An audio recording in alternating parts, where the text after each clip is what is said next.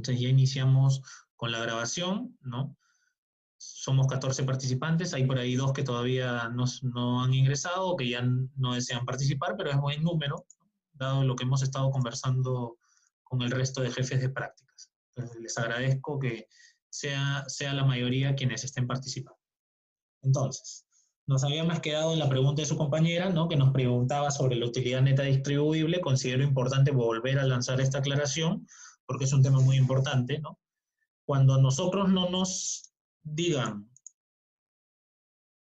con exactitud cómo se van a calcular los dividendos, como en este caso que sí nos han dicho que los dividendos se van a pagar considerando el 50% de las utilidades del ejercicio anterior, en este caso sí lo dicen, pero si no nos dijeran nada, simplemente nos dijeran los dividendos van a ser el 20%, podríamos asumir que va a ser el 20% de la utilidad neta distribuible del año anterior. Por lo general, los dividendos, las políticas de dividendos son claras, ¿no? Los accionistas se cercioran de que esto sea lo más claro posible, porque si es ambiguo, puede que les convenga y puede que no. Entonces estas cosas tienen, como tiene un componente legal muy fuerte, no hay abogados involucrados en este tema, muy probable, de hecho muy seguro que les vayan a decir expresamente cómo se tiene que calcular. Pero puede ser que para fines pues prácticos, didácticos, ¿no? Del curso, no les especifiquen tanto, entonces más o menos yo les he estado ya dando esta aclaración para que ustedes sepan cómo abordar el caso en caso no les especifique. Ok, chicos, entonces, ¿qué otras consultas tienen? ¿Qué otra cosa quisieran revisar del caso que no ha quedado claro en la explicación que ha dado Richard? A mí me ha parecido muy bueno lo que ha hecho él. Lo estuvo coordinando conmigo y con otro JP más, con Pedro Beretta, porque como habíamos sido los 2 primeros que habíamos hecho las dirigidas, de hecho somos también los 3 que estamos más antiguos, yo que hice la dirigida 1, Pedro Beretta la dirigida 2 y ahora Richard ha hecho la dirigida 3, entonces habíamos recibido también el feedback de ustedes de que los solucionarios pues estaban ahí un poquito con, parecía pues un circo ahí porque tenían muchos colorines. Ahora el solucionario que se ha preparado un poquito más claro, que les permite a ustedes ir un paso más a paso. Y Richard también ha preparado así la forma de resolver el caso, ¿no? Hablando en términos generales y luego yéndose a lo específico para cada estado financiero, ¿no? Él me comentó que en el momento de la resolución había trabajado el flujo de caja indirecto, preferentemente, y el flujo de caja directo no tanto, básicamente porque ya en la práctica dirigida 1 se había abordado de lleno, ¿no? El tema del flujo de caja directo. Me parece que sí, porque no están habiendo tantas consultas sobre este tema, pero sí me gustaría aclarar que el flujo de caja directo es el método pues, predilecto para el corto plazo, dado que me permite tener una visualización de cómo es que funciona la organización, ¿no? Claramente acá se ve marcada la estacionalidad, ¿no? Dado que en el primer trimestre estoy cobrando más, quiere decir que en los periodos previos vendí más, ¿no?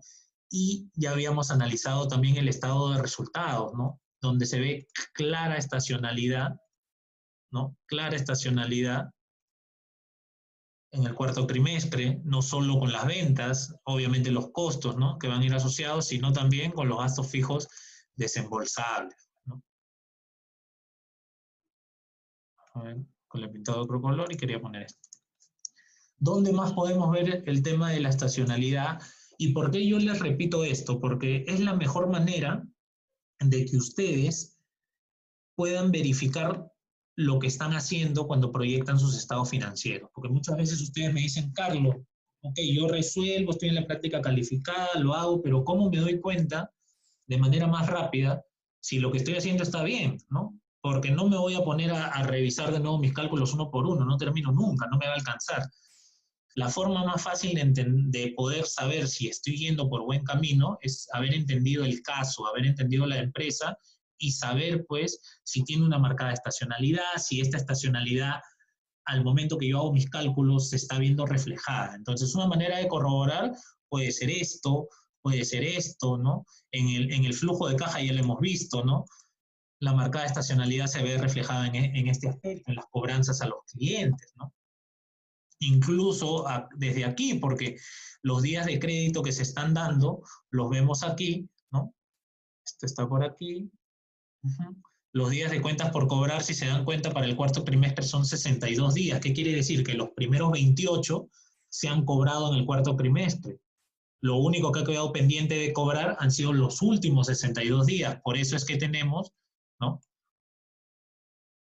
Tenemos este nivel de cobranzas y vamos a tener también este nivel de cobranzas para el cuarto trimestre, porque en este cuarto trimestre se ha cobrado 28 días, ¿no? De la mayor cantidad de ventas que se está generando. Entonces, importante tener mapeado este tema, ¿no? Es la mejor forma de corroborar que lo que sea que estamos haciendo esté bien. Lo otro que tenemos que corroborar es este también de los valores negociables. Es lógico que se haya generado un excedente de tesorería grande en el primer trimestre. ¿Dónde vemos eso? Lo vemos acá en el flujo de caja, ¿no? Cuando vemos nosotros las cobranzas, ¿qué es lo que estamos viendo? Estamos viendo que prácticamente ahí nomás de llegar al millón de soles, ¿no? ¿Qué más estamos viendo, no? Que mi flujo de caja al final está teniendo un resultado muy positivo de 270.000. ¿Y qué era lo que teníamos en caja al iniciar la proyección? Ya teníamos 145.000.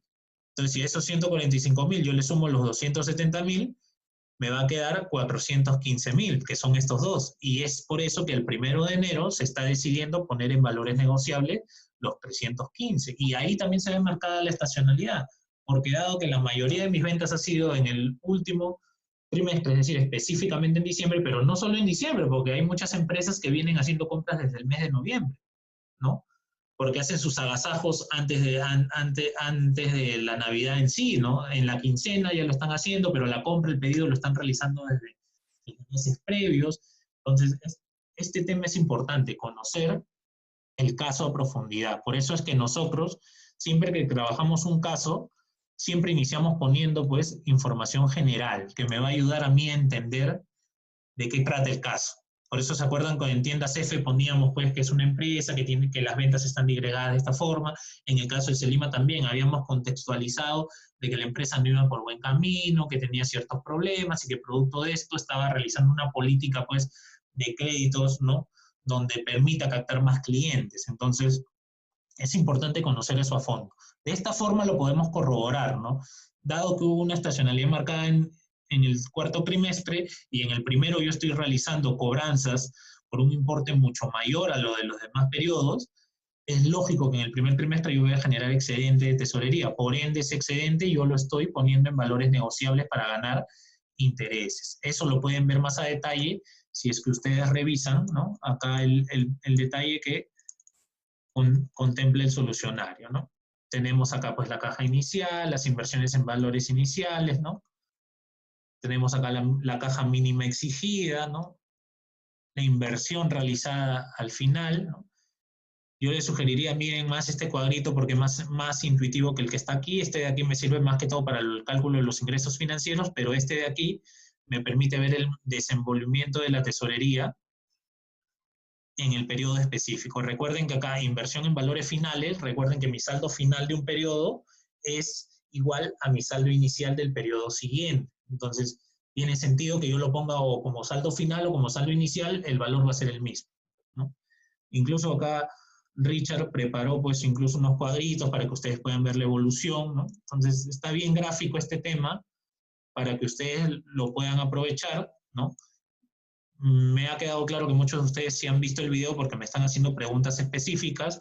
En cuanto todos puedan revisar los casos previamente a detalle, yo creo que esto va a ser mejor, que van a haber preguntas más complejas, ¿no? De hecho, las preguntas que están haciendo son muy buenas, son de calidad y me están permitiendo a mí ahondar en este tema, no tanto yéndome al cálculo específico porque eso ya se hizo en el video. Entonces, les agradezco de ese lado, ¿no? Y me permite poderle darle ciertos tips para que ustedes puedan dar una mejor práctica calificada, ¿no? ¿Dónde más vemos ese tema de la estacionalidad? Por ejemplo, en las cuentas por cobrar, vean diciembre. Vean los inventarios de los últimos 2 trimestres.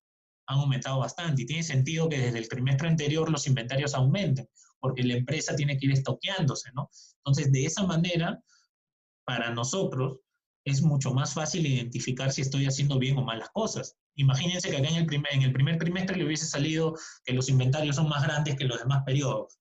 Del saque eso está mal. Los inventarios en su mayoría debieran estar aquí, porque la mayor cantidad de ventas se da entre el mes de noviembre y diciembre. Entonces es importante tener mapeado eso. Igual lo mismo con las cuentas por pagar comerciales. Es en estos periodos donde yo realizo más compras. Dado que yo en estos periodos realizo más compras, voy a tener más cuentas por pagar, ¿no? Importante ese aspecto y súper, súper importante este tema de aquí. ¿Cómo me estoy financiando? Que es la base principal del curso, ¿no? Y dado que hay una marcada estacionalidad en los últimos periodos, es en donde yo realizo más compras y donde doy más créditos, es más necesario financiarme en estos periodos. No tanto en el primero, porque en el primero, como hemos visto, todo lo que yo vendí en noviembre y diciembre me está cayendo en enero. Entonces, en mi primer trimestre yo tengo excedente de tesorería, por eso es que no necesito pedir ningún préstamo. Para el segundo, a pesar de que los flujos no han sido tan buenos, como ustedes pueden apreciar aquí, ¿no? Ya cayeron mi nivel de cobranza, porque obviamente en el primer trimestre estoy vendiendo menos, ¿no? Mis pagos también caen, ¿no? Pero no caen tanto. Empiezo a generar el mismo nivel de gastos, ¿no? Incluso realizo la compra de un activo fijo, es por eso que mi flujo de caja sale muy negativo, pero aún así, aunque haya salido muy negativo, no necesito pedirme un préstamo, ¿no? Porque el préstamo recién estamos pidiéndolo a partir del tercer y cuarto trimestre, ¿no? Y lo podemos también apreciar aquí y también en el flujo de caja, en el método indirecto y también en el flujo de caja método directo. Entonces, estos temas a ustedes les va a permitir conocer y saber sin necesidad de revisar un nuevo cálculo si es que están yendo por buen camino o mal camino. Entonces, yo para su práctica calificada les recomiendo esas cosas. Practiquen mucho, pero que la práctica no sea mecánica. Es decir, no, que esto se resuelve así porque así lo vi. No, abran un poco más la mente, que hay múltiples formas de poder llegar al mismo resultado. Y claro ejemplo, y es por eso que el primer tema de Finanzas 2 es flujo de caja método directo y método indirecto, para que ustedes entiendan que hay de diversas formas se puede llegar a un mismo resultado, ¿no? Y acá Richard incluso lo ha puesto acá con dibujitos, ¿no? Si lo pueden ver. Entonces, eso es lo que ustedes tienen que tener en claro, ¿no? No se mecanicen, es lo peor que pueden hacer, ¿no? De hecho, los profesores y los jefes de práctica batallamos contra eso, ¿no? Siempre nos enfocamos en realizar prácticas calificadas que no los mecanicen, que la idea es que ustedes, de lo que han entendido, puedan poder resolver cualquier situación que se les pueda presentar. Y es así como funciona en la vida real, muchachos. O sea, ustedes van a estar frecuentemente expuestos a situaciones en las cuales no les ha pasado previamente eso, pero con el criterio y con los conocimientos que ustedes tienen, los van a resolver. Y ya con la experiencia van a ir ganando experiencia y cada vez les va a ser más fácil. Entonces, es importante por eso y por eso Finanzas 2 recoge esa parte de la realidad y les muestra a ustedes dos formas de llegar a un mismo resultado y cada una que me sirve para cosas distintas, pero que en la finalidad principal y para fines prácticos con las dos llegan a lo mismo, ¿no? Entonces, tengan bien mapeado eso. Incluso hay una forma más de calcular eso, que es partir del EBITDA, ¿no? Entonces, podemos utilizar distintas variables una vez que ya conocemos las más básicas y las más importantes, ¿no? De ahí podemos irnos pues a detallitos específicos que en la empresa me puedan estar pidiendo. Entonces, yo les recomendaría siempre visualicen la práctica dirigida, ¿no? Y los casos que resuelven en clase, no de una manera mecánica de cómo resolverlo. Primero hago esto, luego esto, no, sino interpretando por qué es que lo hago. Si ustedes entienden eso, chicos, les va a ir bien en el curso y les va a ir bien más adelante, no solo en finanzas, sino también para el resto de áreas, ¿no? Yo en mi experiencia siempre he trabajado en finanzas, pero siempre he tenido pues contacto con marketing, recursos humanos, logística, bastante, más del que yo pensaba cuando era alumno. Y me ha ayudado mucho tener excelentes profesores en marketing, excelentes profesores en recursos humanos y muy, muy, muy buenos profesores en logística. Porque así cuando yo me sentaba a hablar con el resto de departamentos, sabía lo que me estaban hablando. Incluso me decían, oye, pero tú eres financiero, ¿cómo sabes eso? La católica. Era mi respuesta. Ah, bueno, sí, sí, buenos chicos, el esto, el otro, ¿no? Entonces, recojan eso de su universidad y valoren eso bastante, ¿no? Acá tienen el detalle del capital de trabajo, ¿no?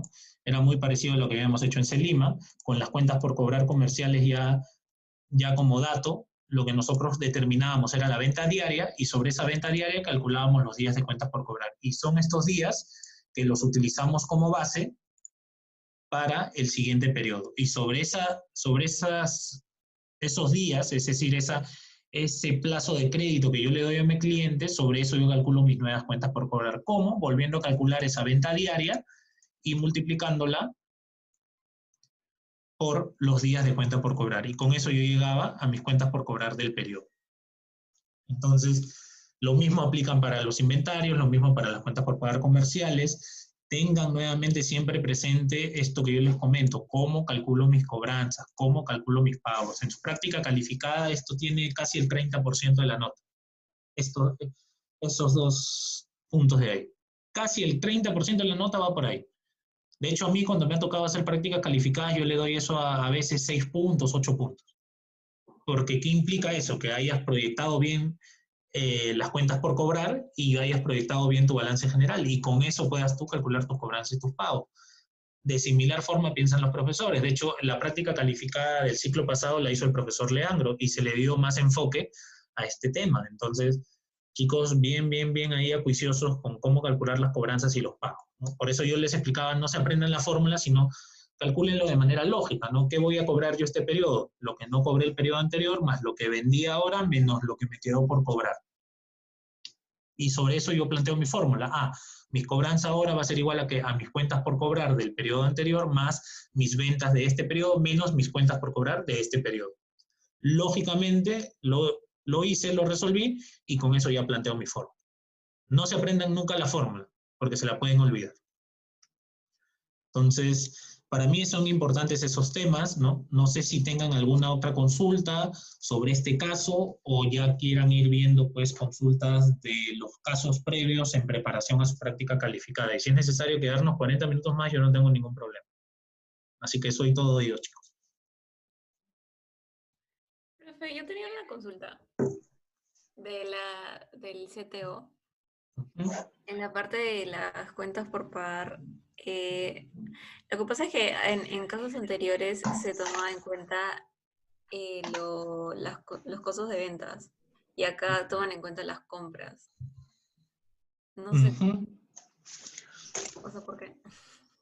Porque si te das cuenta, y esto es bien importante, de hecho, ese apunte que estás haciendo es muy bueno, porque sí, en los casos previos lo habíamos calculado en función del costo de ventas, pero ahora lo estamos calculando en función de las compras.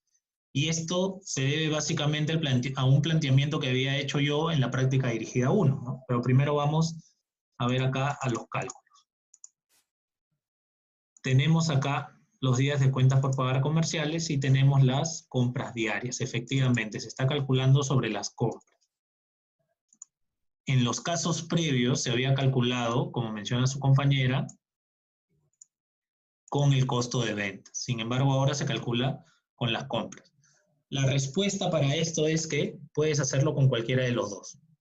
Depende, una, de lo que te diga el caso, y si el caso no te dice nada, puedes tú decidir hacerlo en función del costo de venta, en función de las compras.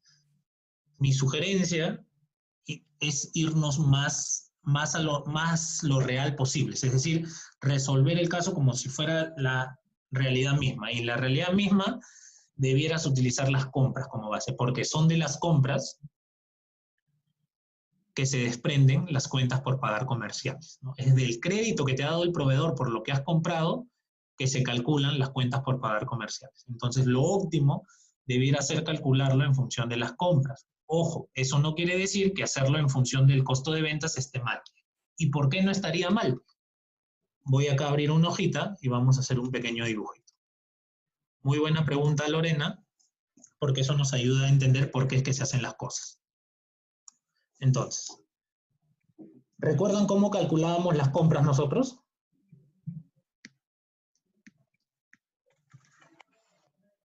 Chicos, ¿cómo calculábamos lo que íbamos a comprar?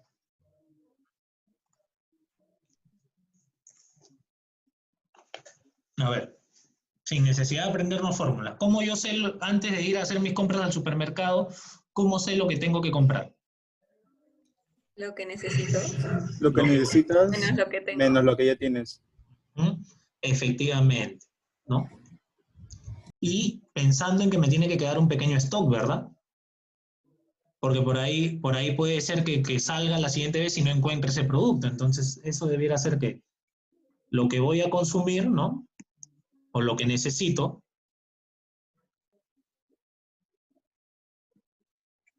más, ¿Se podría decir el saldo final? Que quiero que me quede. efectivamente, Que luego sería mi saldo inicial. efectivamente. Y a eso también, en palabras más sencillas, no tan financieras, lo conocemos como si fuera un stock, ¿no? Lo que me tiene que quedar en stock. O lo que te tiene que sobrar. Menos lo que ya tengo. Entonces, si esto nosotros lo trasladamos a una fórmula financiera, diríamos que mis compras son iguales ¿a qué? A lo que voy a consumir, que es mis costos de ventas. Lo que me tiene que sobrar es igual ¿a qué? Saldo final. Inventario final, muy bien. Y lo que ya tengo es igual ¿a qué? Inventario inicial. Efectivamente, muy bien, chico. Entonces, dado que mis compras se calculan de la siguiente manera, sumando mi costo de ventas, sumando mi inventario final y restándole el inventario inicial, es correcto asumir que en algunos casos, yo para proyectar mis cuentas por pagar comerciales, use las compras o use el costo de ventas. ¿Por qué? Porque ¿qué pasa si sube el costo de ventas? ¿Qué va a pasar con las compras?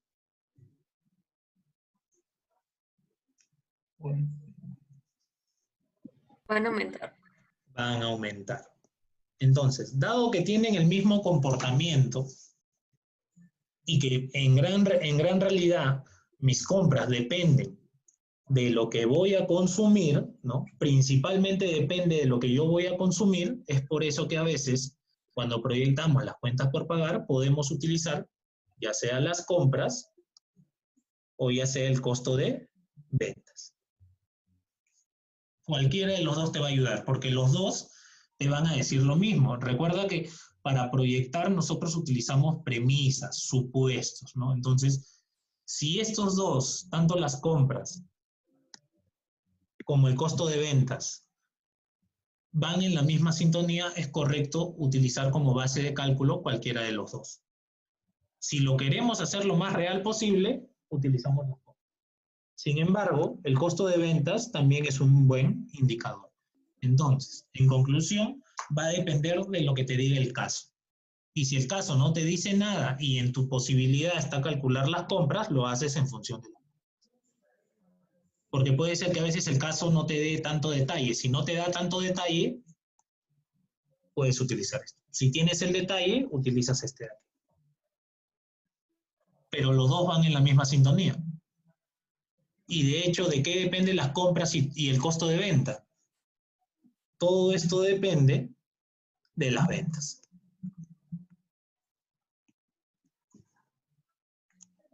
O sea que incluso te podrían pedir tomar como base las ventas. Pero esto ya sería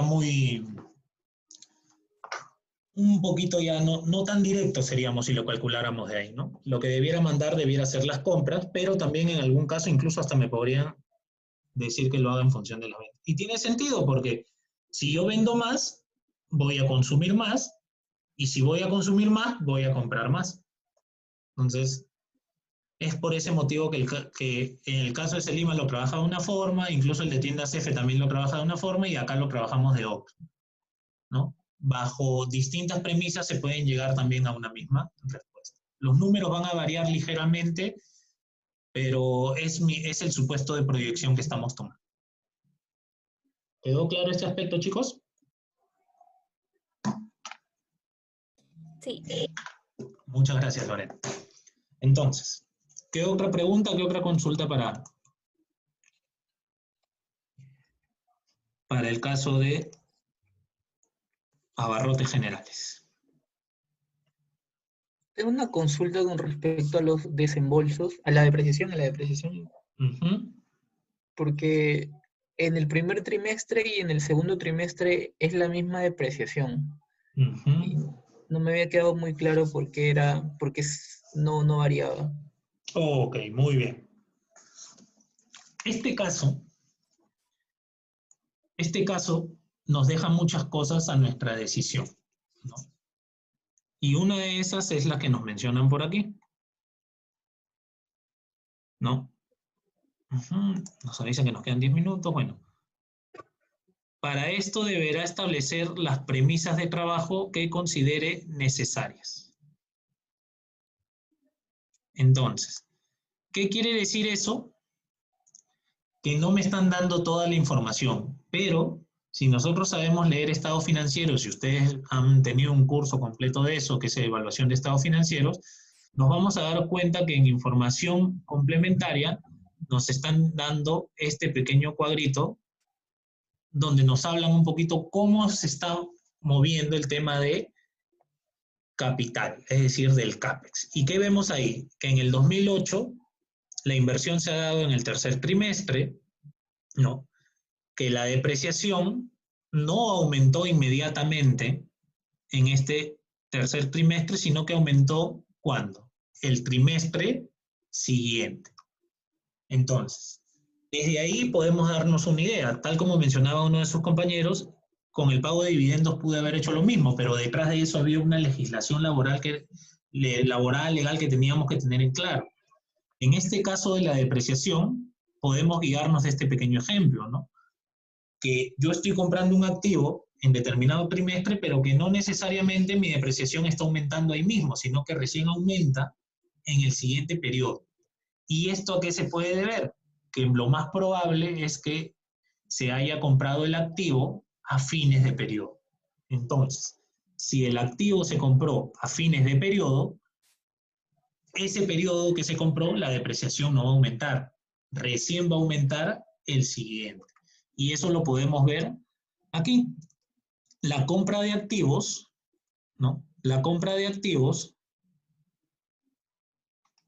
se está realizando en el segundo trimestre. Sin embargo, ¿qué vemos? Que la depreciación, como menciona su compañero, recién aumenta a partir del tercero.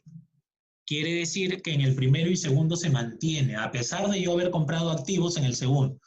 Entonces, la premisa que se tomó para trabajar este caso es que el activo fijo se compró a fines de trimestre. Entonces, si se compró a fines del segundo trimestre, recién en el tercero me va a generar depreciación. ¿Podría haber asumido otra cosa? Sí, podríamos haber asumido que se compraba a inicios. Y si se compraba a inicios, la depreciación hubiese sido 17, desde aquí, ¿no? Bueno, aquí hubiese sido 17.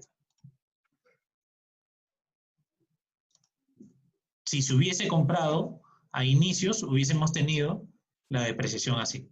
Pero como se compró a finales del segundo trimestre, la depreciación fue así.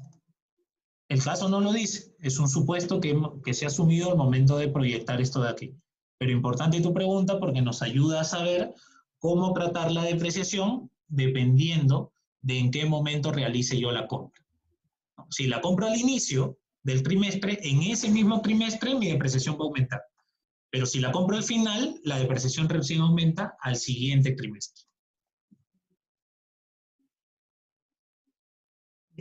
Me quedó más claro. Muchas gracias. Perfecto, y muchas gracias por tu pregunta. ¿Alguna otra pregunta más, chicos?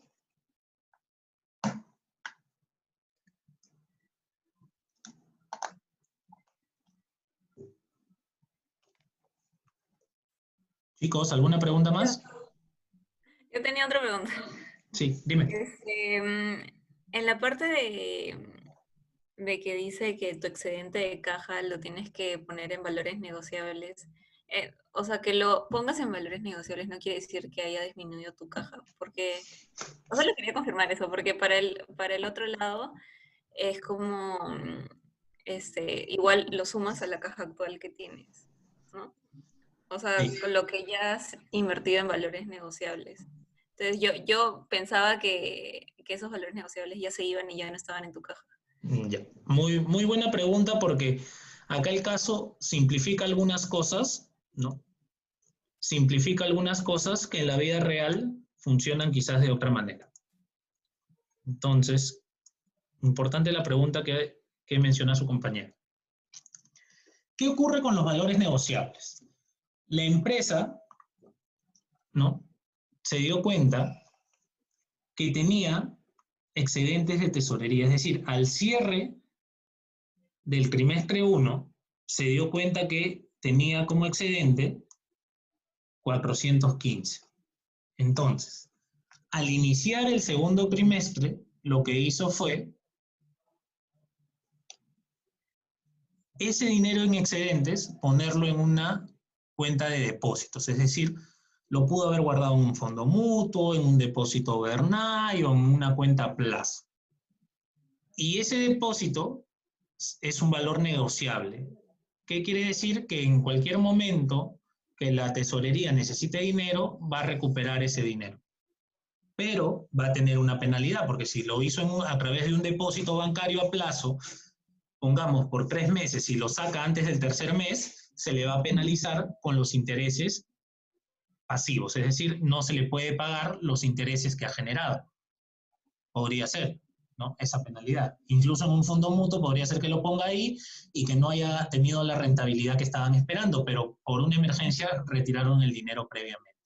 En la vida real se hacen este tipo de inversiones negociables no por un plazo tan extenso. En el caso asume que lo pones en el primer día del trimestre y que lo retiras recién al final o al primer día del siguiente trimestre, ¿no? En este caso lo asumen así por simplicidad, pero en la vida real este depósito no puede estar tanto tiempo porque le quitas liquidez a la empresa. Este depósito a lo mucho podría estar pues una semana, unos cuantos días, pero para eso va a depender de la gestión diaria de tesorería de la empresa, es decir, qué tan mapeado tenga sus proyecciones, es decir, hacer proyecciones a una semana, hacer proyecciones de caja diarias, hacer proyecciones de caja a 3 días, hacer proyecciones de caja a 7 días, tener mapeado cuáles van a ser sus pagos de acá a 3 meses, de acá a 6 meses.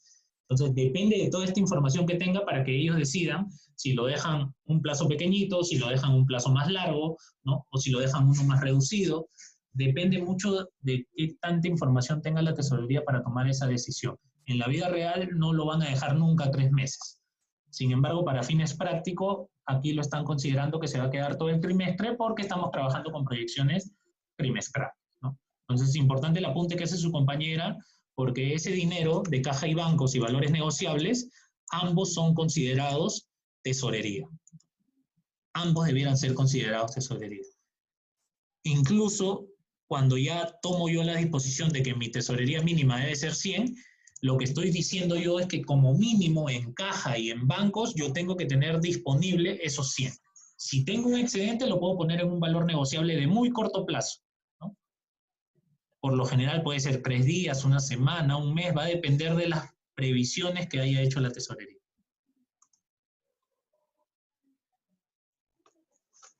¿Quedó más claro, Lorena, o hay alguna duda más que se haya desprendido de mi explicación?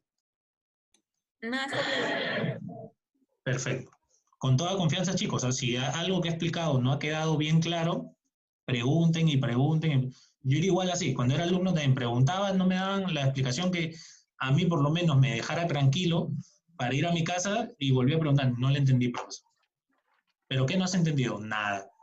Porque su explicación me dice esto, pero yo estoy preguntando. Entonces, siéntanse en la libertad, que yo soy bien flexible con ese tema, porque yo también he sido uno de esos alumnos que preguntan y preguntan y preguntan. Entonces, como yo he sido así, me gusta que me hagan también así las preguntas. No me voy a molestar, no me voy a ofender, al contrario, se los voy a agradecer, porque eso me ayuda a mí y le ayuda al resto de ustedes. A ver, chicos, queda aproximadamente 1 minuto. Voy a programar una más de 40 minutos para aquellos que todavía les ha quedado consultas. Si es que ya no son consultas sobre este caso, me pueden realizar consultas de los casos previos, para que así vayan tranquilos a su práctica calificada, ¿no?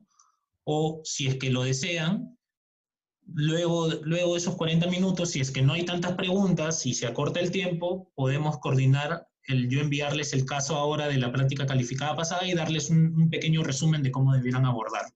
Pero eso ya me lo comentan en los siguientes 40 minutos.